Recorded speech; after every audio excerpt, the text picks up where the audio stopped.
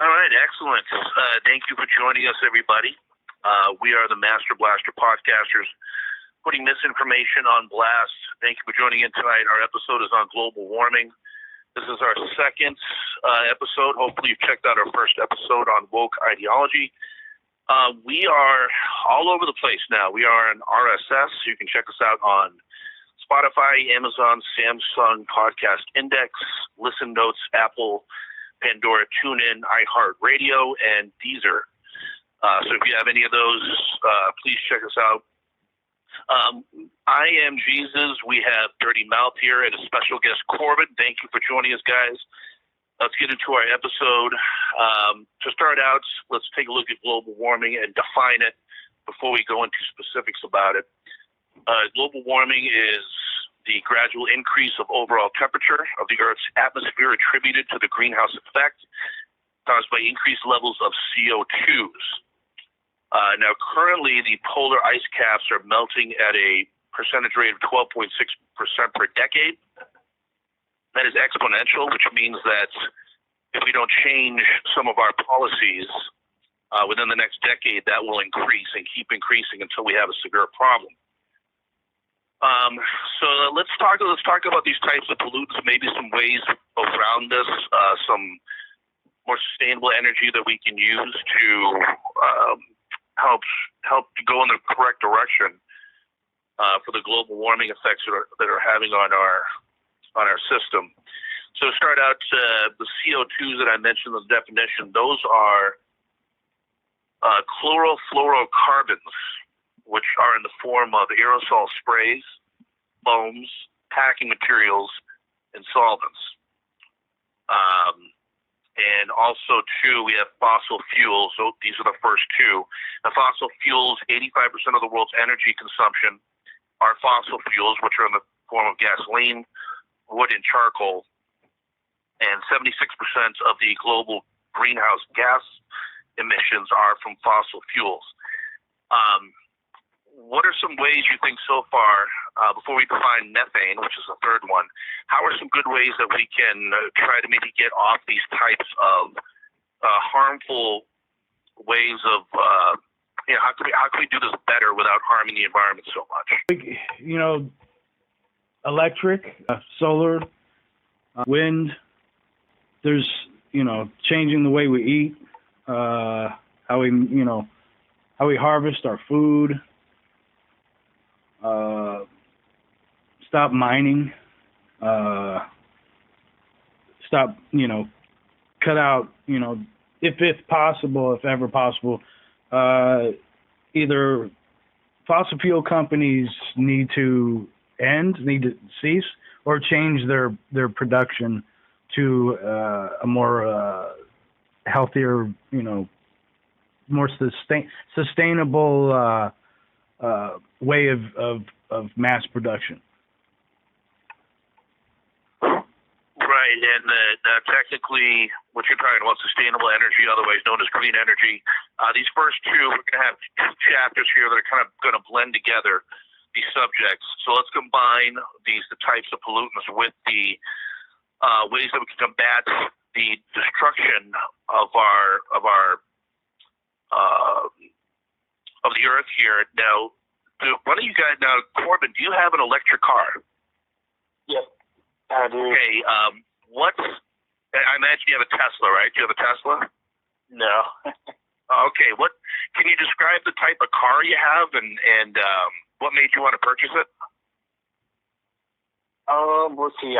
I really kind of had this open opportunity when I totaled my last car, and picked up a 2019 Nissan Leaf. Right? Let's see. It was quite the journey. Quite the journey we've been on.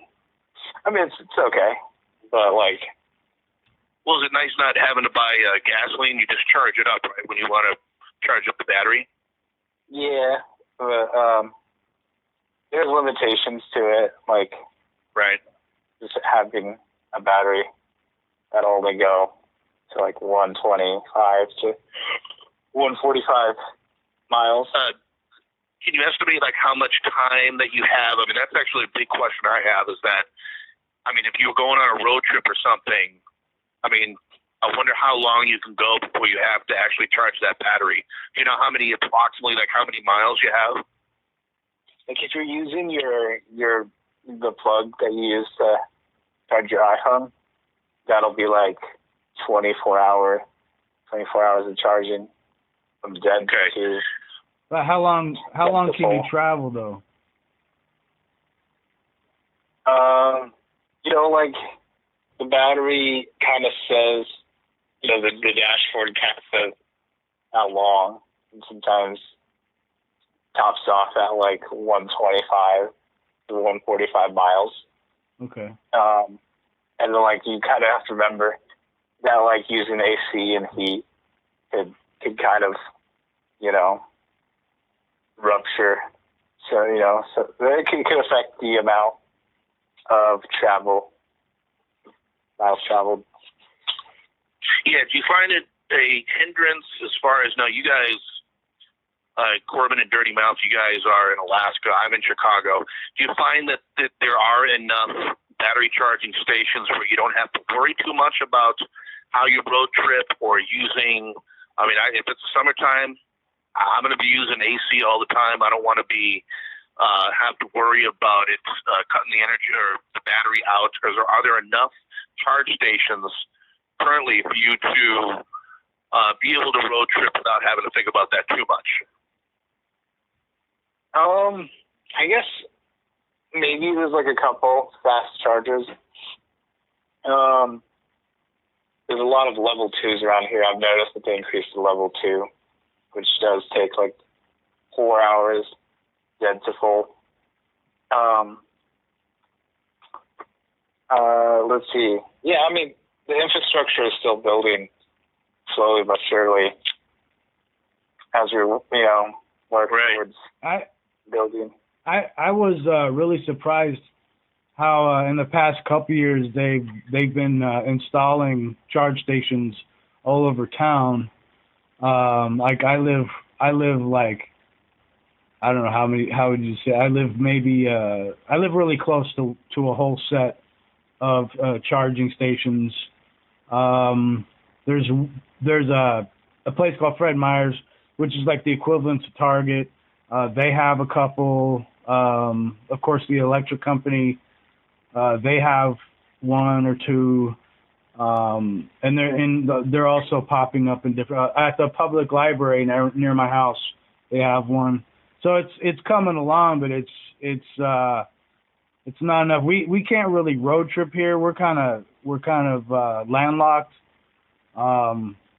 Right, it's different than living in Omaha, Nebraska, right, or in the Midwest, somewhere, wherever. Right, but if I lived in a city, I think it would be great. If I lived in Chicago, I wouldn't mind having an electric car. You just be prepared and you do your thing, and you can maintain. But if you want to leave and go out of town, then you have to do some serious planning.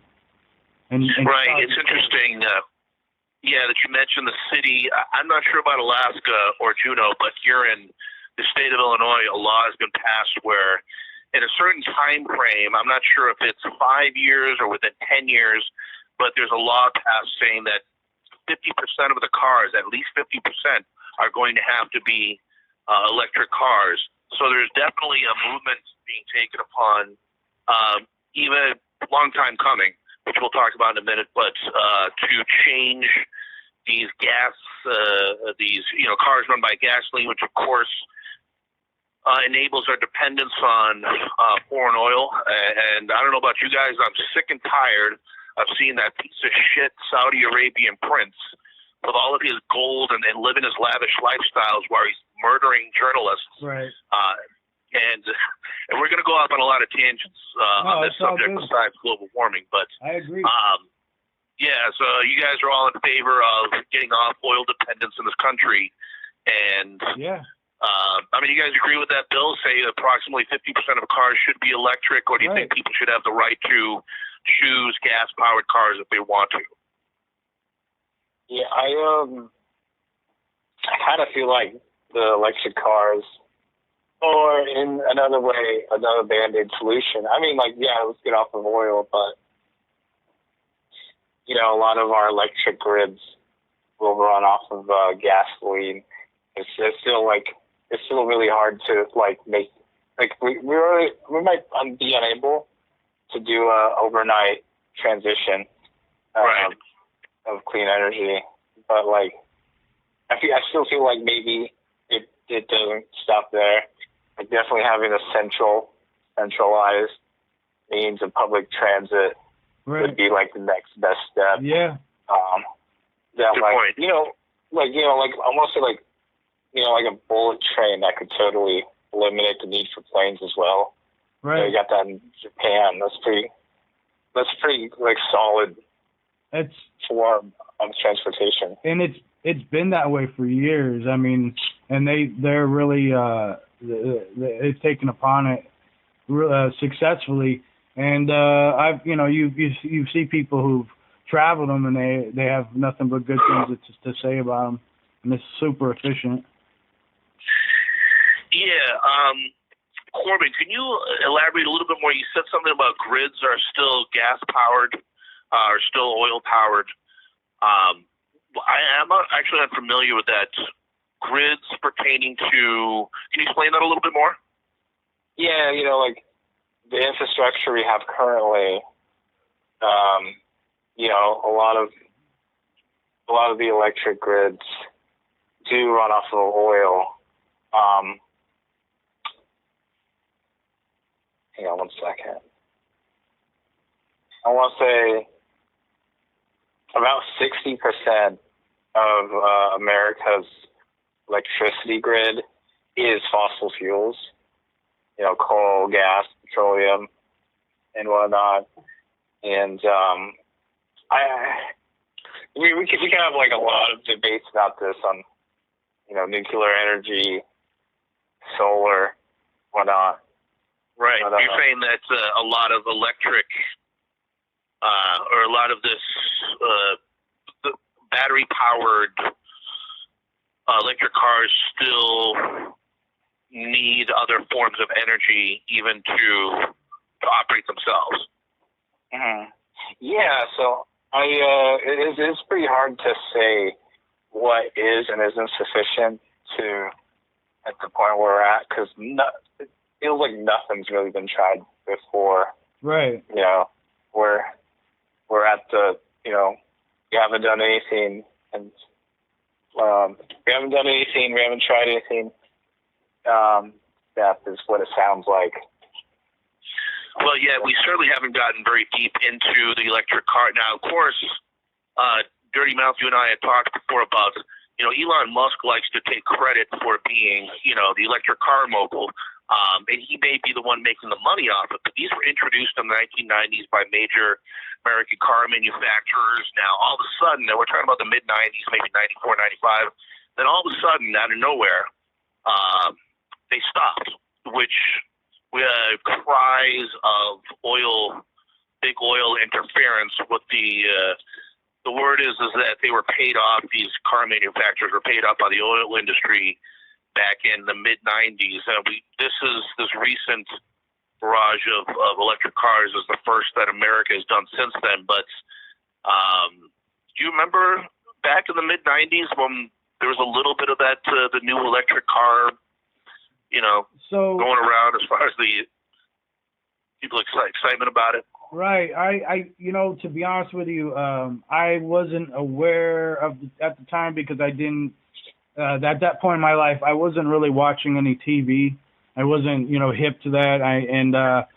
I didn't read enough, like Greenpeace magazine. I didn't, I wasn't fully on. Well, I was on board, but I wasn't aware of where that technology was at. But I watched a documentary, I believe, called The Electric Car. I think that's what the name of it. And yeah, I think I saw that as well. Killed the electric car. Yeah. Yeah. So yeah, they were on track to going forth with it, and like Dylan said, all of a sudden, like all these people who test drove the cars, they were on board to it, and they were so excited about it. Even crazy Mel Gibson was on board, but then they took all the cars back, and they put them in a huge lot and locked them up. And yeah, big oil, fossil fuel companies killed it because they were just jealous. And this, I mean, even before the 1990s, I just learned of the first electric car was made in the 30s, I believe, by a French engineer, and it was actually a successful car, but then or product. But then I think World War II affected the production of that. So if things were different, we lived in a different dimension or time, and there wasn't all these things interfering that required, fossil fuels, we could have had this technology going years ago and discovered more things. But now, now it's all happening, and we're on the verge. So, I think there's many ways, you can do this, but fossil fuel is definitely, the corporations are definitely behind all that. Yeah, and talking about, let's relate this to politics a little bit. Sure. We started covering how, oil industries who have political influence obviously killed the electric car in the 90s. Now, there's been a big push on the left side of things politically, mostly by younger politicians. Alexandria Ocasio-Cortez is certainly a part of she tried to introduce a green energy bill. I think that got shot down a few years back. But this is something I think that's building that future generations are really going to be worried about. We'll see what kind of changes they make in the future. Here's an example of the difference between administrations. I mean, there was heavy tax breaks and emphasis on sustainable green energy in the Obama administration, and immediately Trump comes in, gets rid of those, which means nothing because basically tried to erase everything Obama did, regardless of if it helped or not, because he just wanted to try to erase his place in history, I think. But now what Trump tried to do in his administration is try to bring back the coal industry. That's all I heard about from him is let's start mining coal again. Let's start using coal, which of course is a major fossil fuel pollutant. It's unnecessary. It's unneeded. It's a waste. It's a turd. Yeah, exactly. Let's talk about this. I mean, it's not only does it create cancer and kill, it's I forget what the term is for it. It's the same thing as if you're burning anything. If you stand in front of smoke, it's a carcinogenic substance that's going to kill the people that mine it and destroy the ozone. Why would this be something we want to go back to?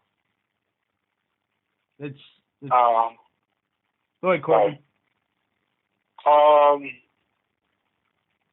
Actually, didn't have anything to say. Sorry. Oh, okay. I was good. I'll just say it's solely political. John Oliver, 4 or 5 years ago, busted out. He busted out a couple coal companies, and they tried to sue HBO, and they lost because he reported that not only is coal mining obsolete, it's strictly political. It's not just obsolete, but it's also the people who own the coal company, they make millions, and on top of it, they create these deadly environments that basically they have no love or they have no compassion for their workers, their employees, and people will die from accidents. They don't follow EPA guidelines. They do whatever they want for money, and they're just super greedy, and it's unnecessary. I mean, even coal miners have been reported to say it's unnecessary, and a lot of them, who fight for it, they've just been doing it for so long that it's all political. Yeah, and this whole BS thing about creating American jobs or that you're losing American jobs without coal. That is a part of sustainable energy. As far as new green energy, part of sustaining is our jobs, careers. So you can't have sustainable energy without people being able to abstract the energy from whatever source you're trying to get it from. I thought it was funny when I saw how Trump was talking about he started a Save the Chickens movement because of windmills. And I don't know about you guys. I drove around with my job that I do. I've driven all around the Midwest here, and I see these windmills all over different small towns going back and forth. I've never seen, I know that a chicken or two might get caught up in it. I don't see barrages of feathers all over the place. When I see these windmills, and there was a joke, I think, that he came out and said, "Oh, we got to save the chickens, save the chickens." Right. And Stephen Colbert's late night show, he showed a picture of it. He goes, "Well, he's having a funeral for the latest chicken to fall to the windmill," and it was a picture of an 8-piece chicken, right, Kentucky Fried Chicken that Trump was eating, right, as if he really cares about chickens. Yeah. I don't see any. Yeah, what do you guys think? I don't see any reason why he's going after green energy and trying to sustain these, or trying to go back to these older forms of energy, besides just to do the opposite of what the left wing is doing. Right. I mean, is there any other reason for it? It's politics. There's no other reason. He doesn't care. He didn't know shit. He doesn't know shit. And it's, like I said, it's just politics. There's no other reason. He didn't give a shit about that. I know he's probably had a history of disliking that shit, disliking windmills for just ignorant, pure ignorance. But he doesn't know what he's talking about. I mean, everything he did was based on a political promise or something for his base. That's it. Yeah. My guess, of course, is also that him and his friends and a bunch of the old-style Republicans maybe still own a lot of oil stock. Right. And that's why they, it's, of course, if you have whatever your business in, if you get in, that's why a lot of people that are in business get into politics to pass laws to basically protect their own industries that they're in charge of, which is pretty disgusting. That shouldn't, that shouldn't surprise anybody that that's the main reason why people do that. Going back to fossil fuels, like coal mining, my personal thing is, why don't they open up solar panel factories or, green energy factories of some sort and just train these people, like transfer over and train the people who used to do coal mining and, give them some free training and have them learn a new trade. Why can't there be more initiatives towards that? Like, it's actually proven to be a pretty good way of doing things. You phase out coal mining and other forms of mining and do the right thing. I mean, we don't have coal mines here, but we have 3 mining companies here. And a lot of people go to that because it's a better paying job, but it's like, it's like, why don't we switch shit up, Yeah, I think what Alaska mines is like mostly, what is mined in Alaska? The oil and something else. Gold, right? Yeah. Yeah, so I imagine, is there like gold, silver, copper, zinc, granite, cobalt, lead, rare earth elements, and other minerals are found in Alaska. So. Okay. Mm-hmm. Yeah, in fact, there's some pretty dangerous pipelines set up in different parts of the country. I'm not sure about specifically Alaska, but I know that was a way the Republicans have always said to try to mine some more oil, to create these pipelines into these areas where it might destroy the wildlife or some of the natural areas that they're creating these pipelines for.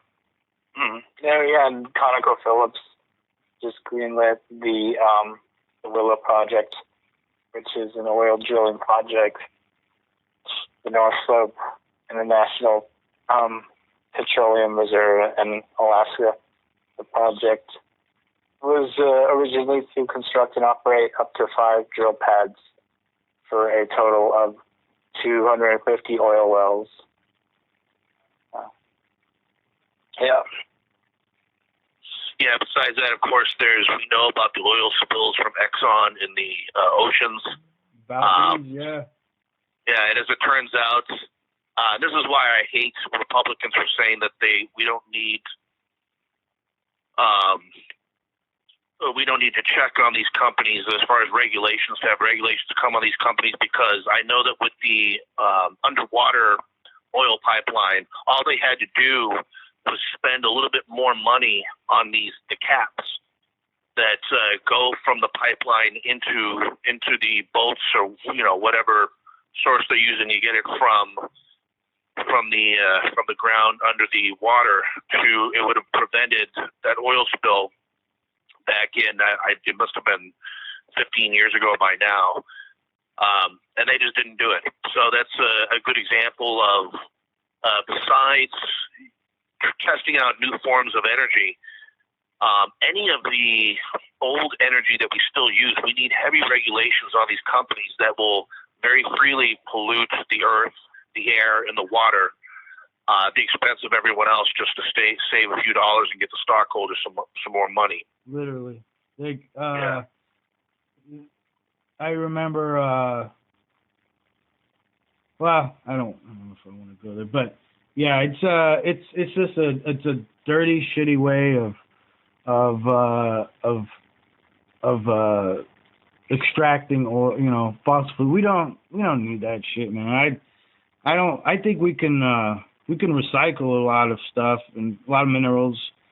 I believe that mining in general is just destroying the earth. I heard the other day that they've been drilling, or they're gonna start drilling in the Grand Canyon, which I didn't know that they were doing, and they want to open up start drilling in on a lot of the national parks. So I'm not. Nice. I hate that shit too. It's like, what's wrong with these people? Yeah, nothing about the beautiful part of nature. Nothing about that is sacred when it comes to making money. No, or the people that live there. Exactly, the wildlife, the people who live there. It's pretty disgusting. We've got one other major type of pollutant that's out there besides the one we've talked about. This one is methane. Methane is really heavily produced by beef manufacturers. McDonald's and Burger King have their own cattle grazing fields in South America. Besides the ones that are, of course, in America, the major fast food chains, which produce a ton of beef, which, I admit I'm guilty for. I eat a lot less fast food than I used to, but it's some of it is because of their practice. Besides my health, is the practices of how they do it. So in South America, like I said, McDonald's and Burger King have major cattle grazing field farms, which produces a lot of methane from these cows, from their gas. And one thing that they could certainly do better is cows naturally should be feeding on grass. Right. Now, what they do, besides pumping them full of hormones and growth hormones and all different kinds of chemicals, they also feed them corn, which bloats them, makes them fat, and which, to them, I guess, is good because you're getting bigger cows. But what they've ended up finding out, why even some of these macro producers are changing over to grass, is that it's going to increase tainted meat, basically. It'll give the cows cancer. You'll get into the cows, you'll find out a whole portion of it will be cancerous, unusable. And, of course, they'll just cut around the cancerous area and keep the rest. But a very inefficient, horrible way to farm animals. What do you guys think about that? Well, Well, Corbin, you go ahead. Well, let's see. Yeah, I mean that sounds about right. Just trying to reinvent the farming methods. Let's see. Yeah, I mean like cows use a lot of water, especially like even the food that's grown will require so much water that that it's just gonna be really hard to ration all of that when there's droughts happening. And California is drilling for water. I think they're still drilling for water. Yeah, all those storms at the beginning of this year, I don't think they've ever recuperated, ever saved California from being in a drought. Yeah. And, they recently shown a picture of the Earth compared to, I think it was 30 years ago, and you can see the land looks like it's dehydrating. Right. I mean, it's actually you can see a difference of the water versus the land. It has to do with how much water we're pumping out from under the Earth, which is technically dehydrating the Earth as a whole. I'm not sure how far that's going or what the specific dangers are in the near future, but it can't be. You can add that on the list of things that can't be good for the future of our planet. Yeah, you have in Brazil a couple of years ago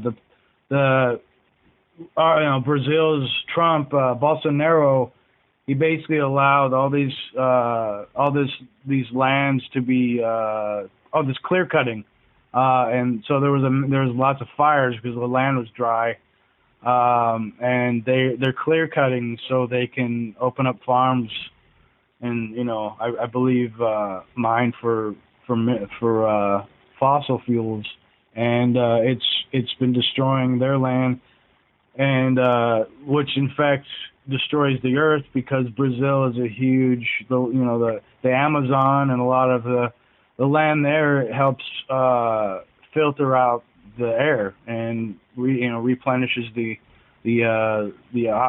oxygen and the ozone in the atmosphere. So it's killing us, like it just from so many different angles. And then the indigenous people and the natives that live there, they're being affected and being pushed out, being harassed by the construction companies and the mining companies and the clear cutting and the deforestation, and it's just nasty, and we should not forget, listeners need to understand that, it's not just, the land's getting fucked, the animals are getting fucked, and the people that live in these regions are getting fucked.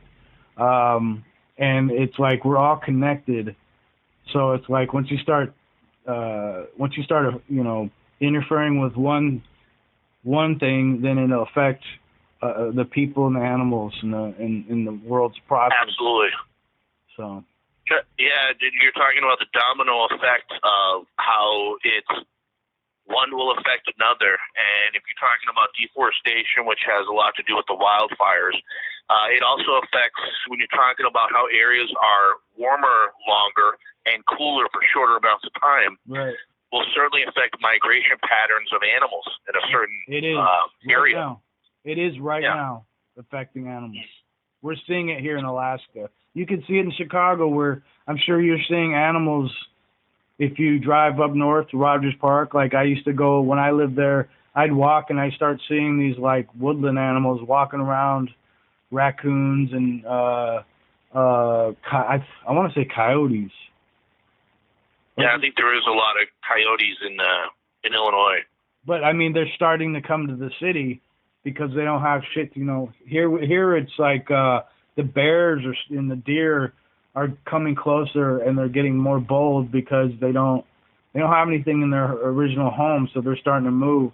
The polar bear and the grizzly bear have started mating, creating a new species because the polar bears are starting to go extinct or look for other ways to survive because they can't be up north anymore because that's their home and it's melting.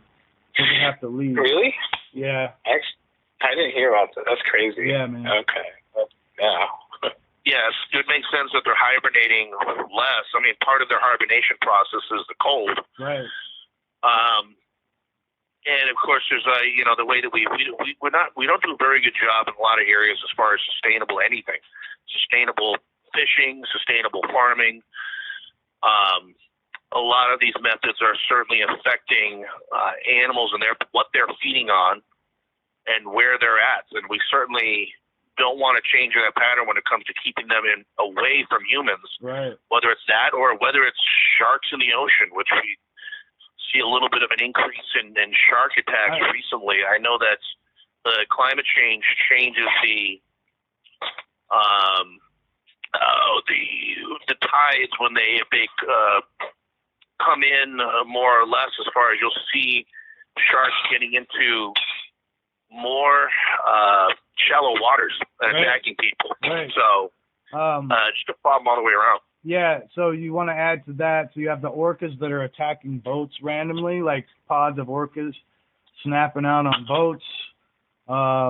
You have, so speaking of fishing, my uncle's a fisherman. He makes my cousin and he get in arguments because my cousin's like, we should just stop fishing because we don't make any money. They spend more money preparing for the trips out than actually what they end up getting. People just aren't fishing as much as they used to, or the fishing industry is being affected because there just aren't as many fish anymore. Right. Because it's been overfished. So, I mean, there's all these aspects. And you talk about up north with the Inuits and a lot of the northern clans up north, they can't whale hunt anymore, which is like something that is not just cultural, is they live off, one whale or two whales will sustain an entire village for a year. And now they can't do that because it's like they can't, because they use the ice, there's old ice, right? So they bring the whales up to clean it, and, cut it up and everything. And they can't do it anymore because there's not, all the older ice is melting and there's not enough ice, older ice to sustain the weight of the whales. And was it in 2015, I saw on Vice News that the mayor of Barrow, Alaska, was talking about, which is like the most northern, it's the furthest part of Alaska, the top of the state. And the mayor was talking about how he wanted to move the town back like 20 miles, literally, because it's like it's melting. Like there's, they have a whole system of heating and everything, and because everything is melting, it's like destroying the towns, and it's fucking with the people's lives. Absolutely. Corbin, anything to add before we move on to the next subject? Not much. Actually, I also, I feel like, as a disaster stuff, it feels like, well, there might be left for us to do is just to minimize the damage. Right. It's gotten pretty far down the side of the hole where, we're flooding because the glacier melted so much and all of Maui's burning down. Right. We'll talk about that next, huh? Yeah, well, hey, wait a minute, though. Okay. Now we should be listening to the smart people with this, okay? Now, Trump trusts his gut. When he walks out and it's a cool day, now how are we going to convince the Trumpers, the maggots, that global warming really exists if there's still wintertime? Right. So I heard that they believe in climate change now.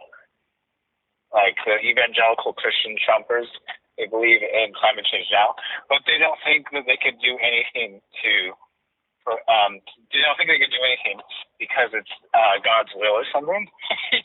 Right. Wow. So fuck it. Let's just keep going, right. And we'll take it all the way to the end. Yeah. So what a greater example of saying, you know what? Okay, well, whatever we do, let's not listen to you because you were wrong about this for so long. Let's I mean, I can't think of a greater example of putting somebody's opinion in the back of the picket line than that. There is that set of evangelicals that they want to let everything go to shit, and then they can basically reap everything because they're waiting for the savior to come. So, like, the planet is theirs, and just let it go because who cares? We have no control. I mentioned this before. What kills me is about some of these Christians where I don't get the logic. So, like, in the Bible it talks about free will, right? So, like, we as humans are responsible for the shit because God goes, no, it's yours, you deal with it. And that's the rules of the game of religion. So it's like they believe that we have no effect on the earth whatsoever, and anything that that we don't have an effect on, anything goes into the atmosphere or the lands, and fuck them because it's like ours and we don't need to care. I just, like, there's so many different. I feel like all this shit is connected, and it's like I kind of agree with Corbin, where it's like we just have to now try to find a way to survive, because I just heard the other day that we're heating faster than they estimated 20 years ago. Things are going faster than they anticipated. As there's all these different global disasters happening, and they're escalating faster than we thought. Yeah, it's 100 degrees. If you want to swim in Florida, it's closer to a hot tub than it is a swimming pool. Right. It's 100 degrees there. So, well, hey, the last thing I'll say about that, separation of church and state. Right. And if there's anything that the Democrats need to be doing, is really railing in the rhetoric the same way the Republicans do when the opportunity comes to capitalize on it. They will always never not take advantage of the perfect spur of the moment type of shit, like pushing through a Supreme Court justice after one's died, or like, and there's nothing coming out of Biden about a climate emergency, right? Yeah, he failed with that, man. I mean, is he too old to care? I don't know, man, but he that seems to be a generational thing. People are calling for limits on age. He's 80. Should anybody over 70? I don't know. That seems to be a generational thing. Yeah, but Bernie was pushing for environmental action and funding for that, but he got pushed out. So I don't know, man. But you look and fossil fuel companies pay off Democrats and Republicans, so I don't get it, man. It shouldn't even be about that. It should be like, look, man, do you want to survive? Okay, whenever we're going to get talking about Juno news, let's do this. But all right, well, that's our next topic here. I guess I was going to start with Juno or Maui, but let's go with Juno. You guys have a lot of experience with this. You are living it right now. Dirty Mouth, as I call the eco-journalist, sent some fabulous pictures, fabulously taken pictures of an unfabulous situation in Juno. If you look at the logo of this episode, we're going to try to upload a picture of these ice caps melting to give you a first-hand view of them. So, guys, talk about what's going on in Juneau. There's flooding, ice caps melting, bad stuff. Having glacier melt at an extraordinary length, extraordinary degree. To where it's caused record streams.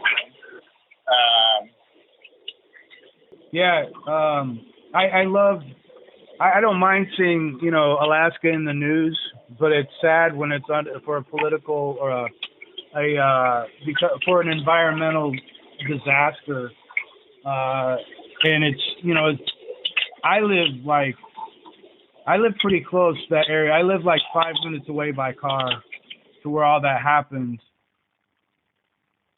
Hello? Hello? Okay. I live 5 minutes away from there, and I work at a grocery store, like I said, and you have people telling me, reports of like what happened near their homes. I mean, there were like so many homes that were just literally like wiped out within an hour, like destroyed.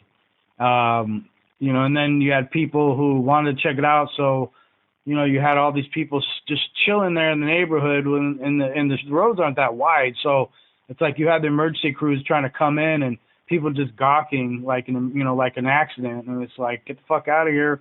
We're trying to like save some shit, but it's fucking nuts, man. And I've known this shit.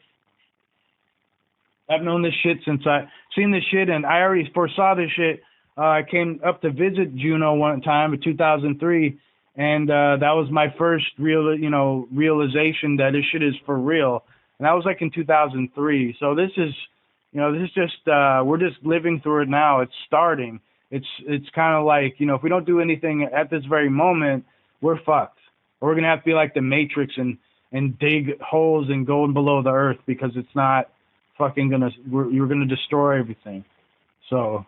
Yeah, either that or Elon can bring a special few people to Mars, right? Yeah, he could fucking go to Mars, and all these fucking rich people want to leave. Get out of here. Go ahead. We want our planet. I'm serious. Yeah. Dude.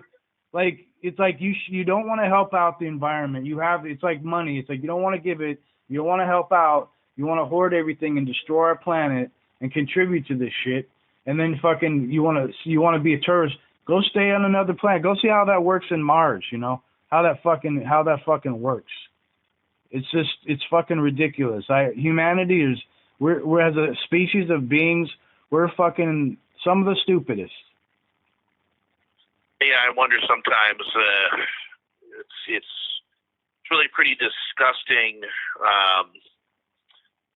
What passes for okay? As far as people are okay with it, what's going on, or not paying attention. I mean, how could, if you have kids especially, I don't even have kids.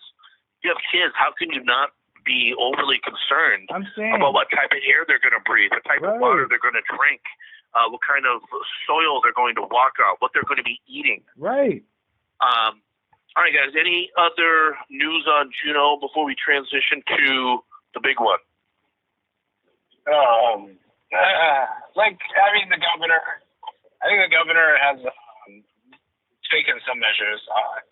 I honestly don't know. Maybe he called it emergency. I had to actively search for it, like the governor's response. Like, I had to Google it. I didn't see shit.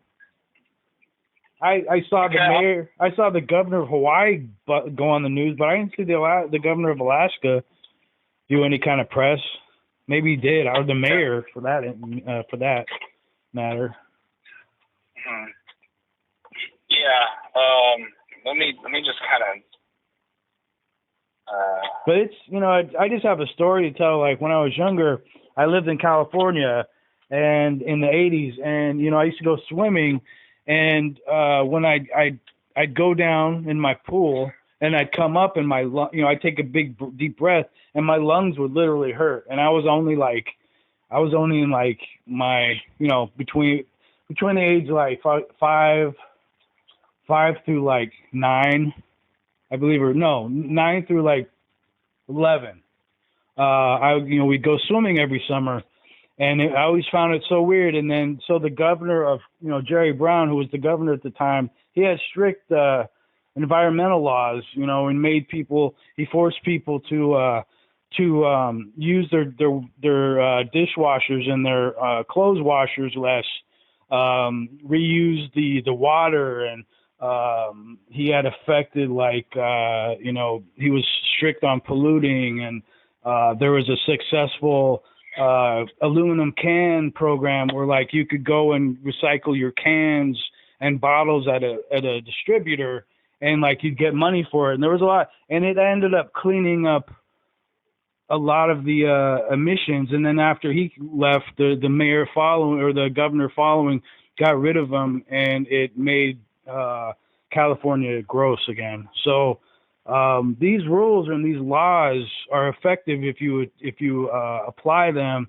and people are cooperative. But you have so many Americans, we have this attitude where it's like, fuck you, it's all about me. And shit goes bad, and they're like, "No, I don't care. I just want my own shit. I don't fucking care about anybody else." And you can see the effects of that.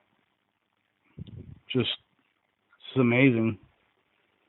He issued a disaster declaration. Oh, good. Yeah, I mean, he is, I think he is trying to be in the pockets of I really feel like this guy. He referred to Alaska as the world's warehouse, Nice. Yeah, as in like a place where you pick out resources. I don't know, but yeah, I think he's trying to be in the pockets of big oil and shit like that, Yeah, this is a pretty red state. Yeah, and with that comes corruption. Right.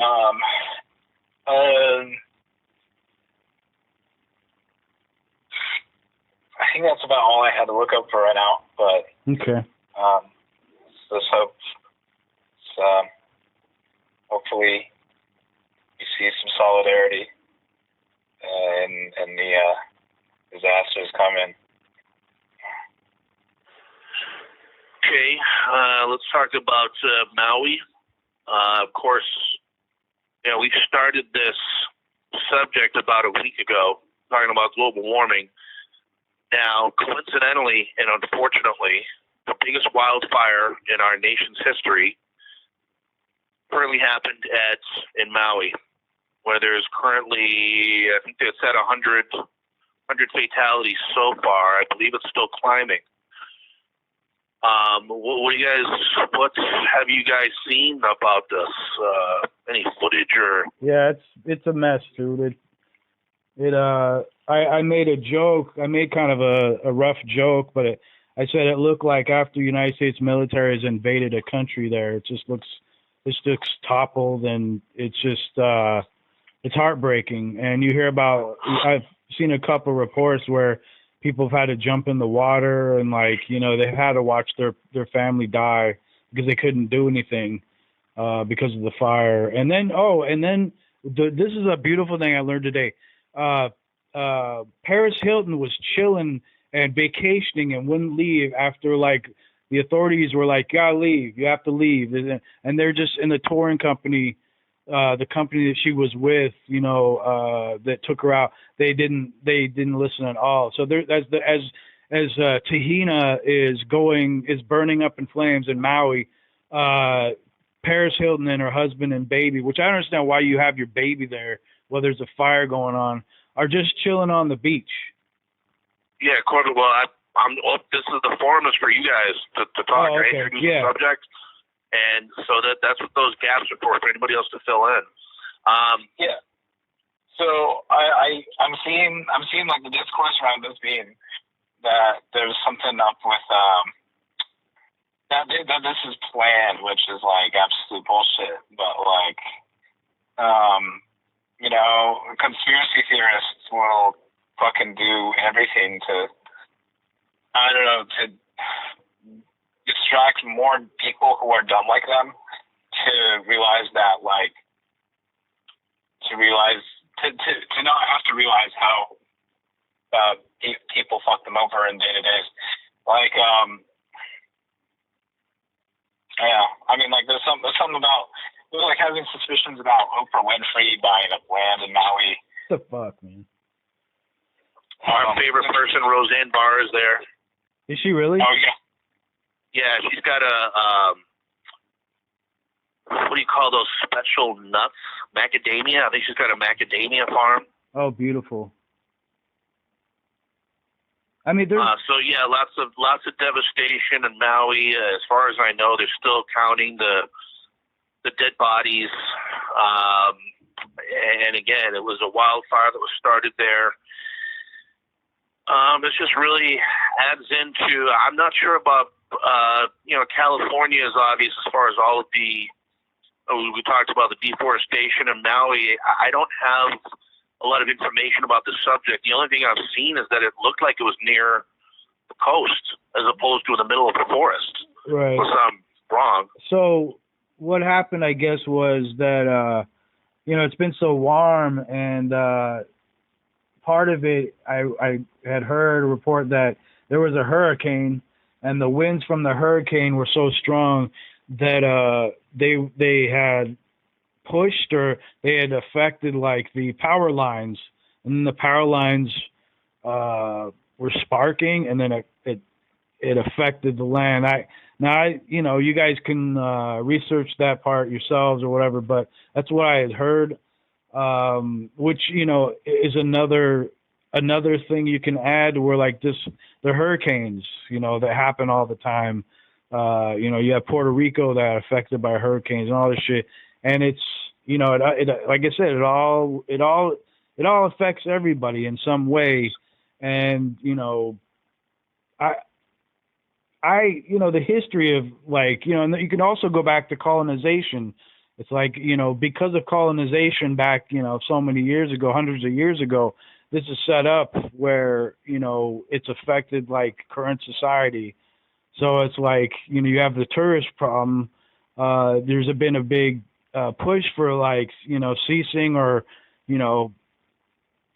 like lessening of the tourist industry in Hawaii, because it's affecting the people there, the rent and everything. It's not this luxurious place that like people go and do it. It's a place of people's homes. Like there's a whole history of that place, and it's constantly exploited, like like Alaska is, and it's like you have people like Paris Hilton and Roseanne Barr and all these people buying up shit, and it's like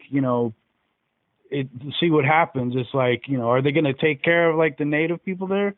Are you going to take care of the locals and because it's like you've affected the entire like the state, and I mean, and not to go on a tangent, but to go far back, a couple years ago, there was a report on how the U.S. military, the fuel that was stored, I think, on the main island, started polluting the water. So it's like, you take all these different elements, and now we're seeing the effects of that shit, and it's just going to destroy places. And they'll just adapt. If you have money, you can adapt. Fuck it. I was actually surprised to hear Jeff Bezos donate some money, even though he could have donated like $1 billion just to be a fucking nice guy. But $1 million, I guess, is close. But or 100. That's the thing. They donate pocket change. They donate the equivalent of you and I handing someone $5. Right. Like an hour's worth of work. Right. Yeah. I mean, from what I saw, the reports, Tahina is like destroyed. I mean, it's like it's burnt to the ground. So what the fuck are you gonna do? It's like, but what do you expect though? Either it's like these things are happening, and sometimes you just can't throw money at shit. I just feel bad, man. It's just it's just sad, and that's the world we live in, and it's like every sci-fi movie is coming to life. Uh-huh. So it feels like. Yeah, so it really feels like this underreporting happening in terms of deaths. Like some of the locals on the ground are taking to the internet saying that likely thousands have fucking died, and there's people still trying to vacation there with bodies. And how do you do that? I mean, I just don't get it, man. I'm always surprised at how disgusting people are, especially rich people, that you could sit there and not want to do something like, if you have a yacht, fucking pick up these people in the water. If you have some, help evacuate and shit, like try to fucking do some shit. Like, it's not expected upon The Rock and Jason Momoa to fucking, it's like, more people need to fucking be involved and like help out. the U.S. military going one aircraft carrier, and they could have fucking picked the people up. Like, there's all this fucking shit, man. But fuck it. Who cares? What the? I do want to let's see. I do want to touch on that. Like, yeah, it seems like there is no assistance at all being, no assistance from the government agencies at all. Really? No. And to circle back to that, like, people vacationing. I mean, there was people, who were, sitting outside eating in the restaurants while there were people marching in the streets, like back in, June 2020. Right. It's always just a cute tourist thing. It's always well, don't worry about it. We don't need to worry about it. Look at what's going on. We don't want to be part of the solution. We have a bad history of when natural disasters happen. You go back to Hurricane Katrina, New Orleans in 2005, I believe it was. Right. Very little government assistance. There's arguments between different facets of the government, whether that's FEMA. We got to use FEMA for that. No, well, where are we going to take the tax dollars from? And they're trying to figure this out while people are dying, and that's the kind of thing that happens when Republicans get into office and lower taxes on the rich, which of course anytime the Democrats get in office, and yes, we do separate this politically between the right and the left, because the left technically wants more taxes on the ultra rich. We shouldn't have to go to Amazon and say, "Can you give us your pocket change to help this out?" Wait, fuck that. I want corporate tax back. I want luxury taxes on people that make over $500 million, or it's got to be more than 35%. They've got more money than they can do anything with while people are dying when natural disasters happen. I remember when the Puerto Rico thing happened, Trump did. He went out there and he threw paper towels at the people and said, "Here, go ahead and wipe up some of this." So nasty. Someone should have actually sent him adrift. They should have had a little piece of wood, put him on it, push him out of the ocean, and say, "Fend for yourself," because that's the way that you treat human beings. The government is supposed to be there. Remember, this is not exactly. It's not supposed to be a for-profit enterprise. Right. I mean, you tax people, you get amounts of dollars to help when these kind of things happen, and you don't have to look for handouts when as the disaster is going on. They're supposed to be there to help in time of need. They're like the financial version of the police who's there to protect and serve. That's what the government is supposed to be there for. Right. So the fact that we're the richest country in the world and we can watch this happen time after time with these natural disasters, I'm not saying we can prevent every single one, certainly, but this goes into that. And I know that when Trump got into office, he immediately lowered the corporate tax from 35% down to 20%. He got rid of got rid of the luxury tax that Clinton had put into. And you know what it does? It just creates more billionaires. So that's. We have more billionaires now more than ever, too. They're growing exponentially while they're tearing out the middle class. Yeah. So it just happens. They buy up stock. Stock is available. Rich people buy it up they make the money off of it. Of course, you don't think there's a lot of insider knowledge as to there's so much money going around. And this is going off into a different topic here, but it just reminds me of this failed capitalist system that we have as far as spreading the wealth around, and government is a part of it. Like as far as where the tax money goes and how the government helps. Oh my God. I just know this: when I heard in the banking industry, talking about 2009, as soon as I heard too big to fail, as in there's people that have too much money that if they go down, the whole system goes down. That's an example of how our capitalism has failed. There's way too much money in the hands of a few people. Right. And anytime that happens, those people didn't, and as the old saying goes, rich people don't get rich by writing a lot of checks. I know this is about global warming, but it ties into politics, which ties into how much money people have, how much they're taxed, how much money we have to help people in times of need. And I know that. Oh, yeah, you go ahead. Yeah, you make your point because like they control this more than we do, and they use the most resources than us. It's like, right. I mean, like ultimately. They act like, well, I just live my life, and it doesn't affect you, and don't worry about my life and how much money I'm just going to make more money. But we end up, us, the poor and we help build their wealth, and like. And they lobby the government, everything kind of interwoven, like they lobby the government to prevent the shit, so they're not taxed. Right. And they cut so many corners with with little to no regulations on environmental shit. So, it's in their best interest for nothing to happen with climate, with right. the current climate. They make foolish comments about, well, what do you mean? And there was like about 10 years ago, this one senator brought in a snowball and goes, if there's global warming, why do I have a snowball? And I hate that comment. I hate that argument because it's like they have no idea what they're talking about. I just it's like you have the Kardashians, for instance.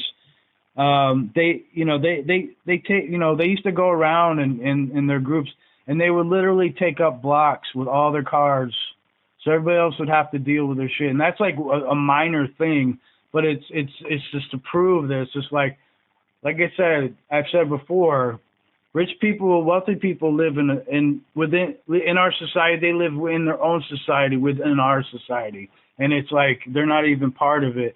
So then it's like they can do whatever they can ruin towns and like Walmart and they can destroy a lot, and it's like then they can fucking take up all our money, and it's like they don't have to pay taxes. And Elon Musk hates to pay taxes. That fucking guy, like, the only good thing I think he's done is he helped out Puerto Rico with like a couple solar panels, but that was about it. And it's like he left California because of the strict environmental laws, because he didn't want to fucking abide by them. So he moves to Texas, which is a shithole, and with free reign for corporations and shit. And so I don't know, man. I have less sympathy, and I'm becoming more bitter over older I get, because it's just like the same shit, and it's just getting worse. Makes you lose hope that the real change could happen, right?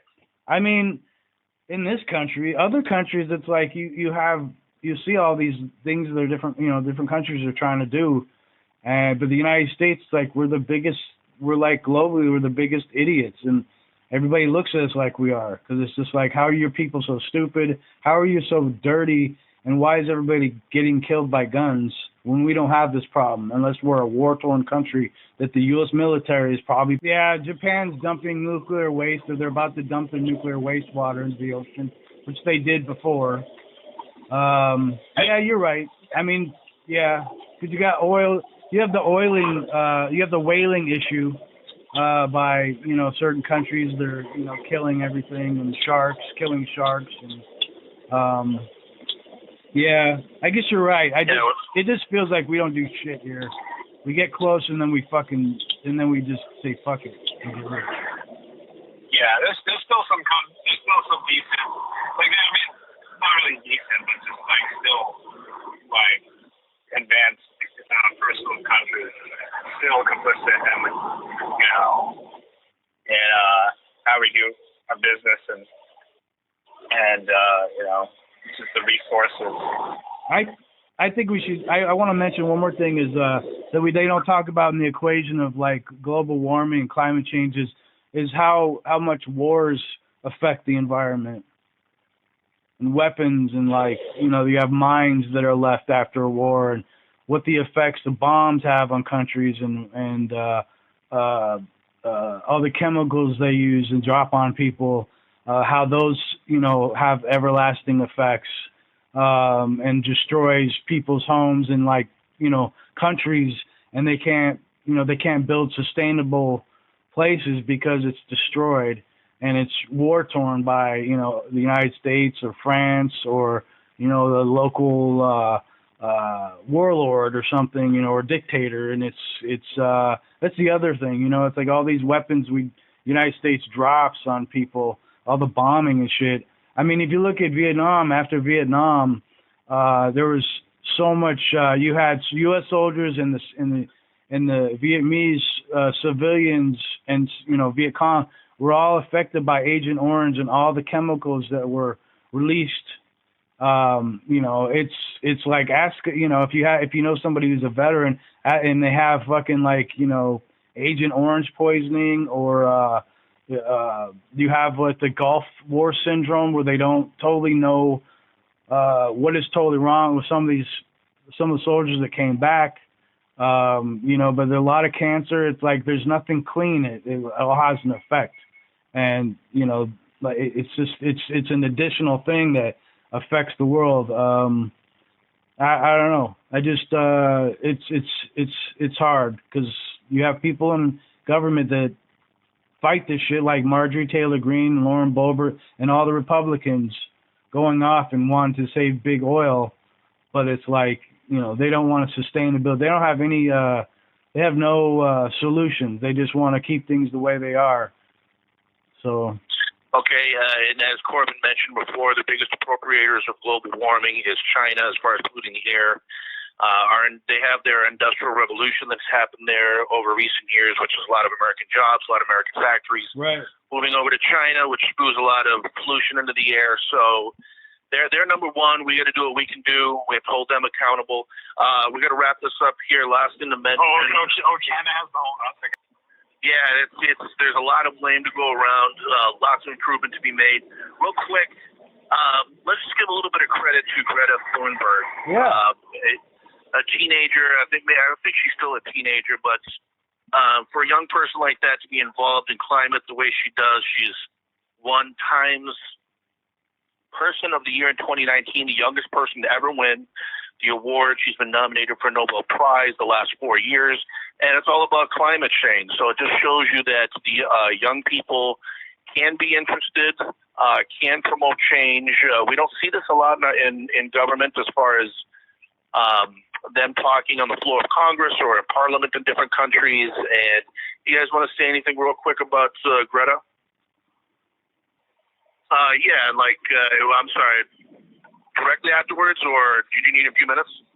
I just need a few minutes. I gotta go talking. Okay. Yeah, no problem. Okay. Thank you. Well, hopefully the Trump mugshot tonight. Yes. Yeah. Hopefully the Georgia that's case happening. Is going through and ready to prosecute. That's happening tonight. He might be going in tonight.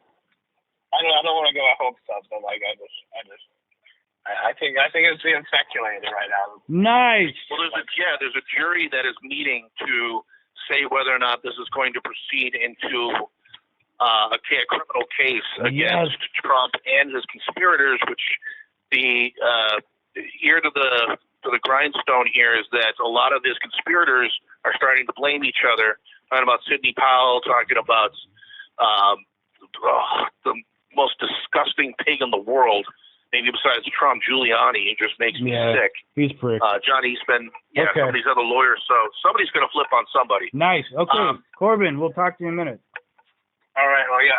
Have a good night, guys. We'll talk to you in a minute. Okay. Cool. All right. Well, thank you very much for joining us for our global warming podcast. We're the Master Blaster Podcasters. This is our second podcast. Look for us on all the podcast channels.